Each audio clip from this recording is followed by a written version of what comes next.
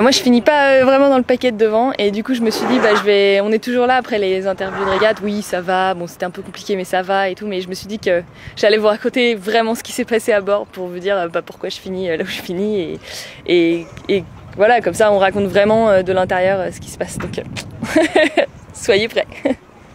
En fait c'était cool, hein, le parcours était génial, on partait au près.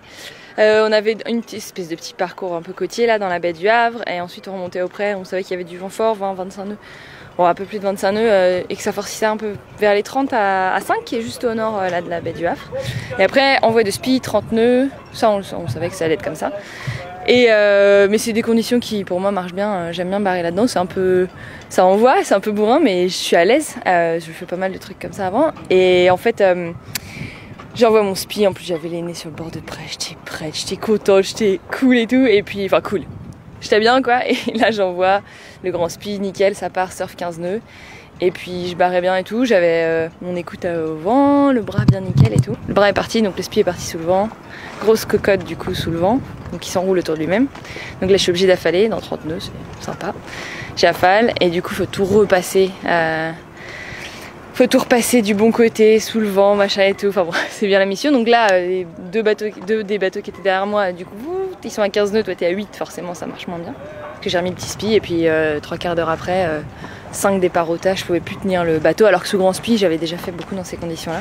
J'ai rien cassé, mais du coup, en fait, ça fait j'ai dû naviguer sous GV génois pendant 1h30, donc forcément les autres sont à 15 nœuds et moi je suis à 8 nœuds.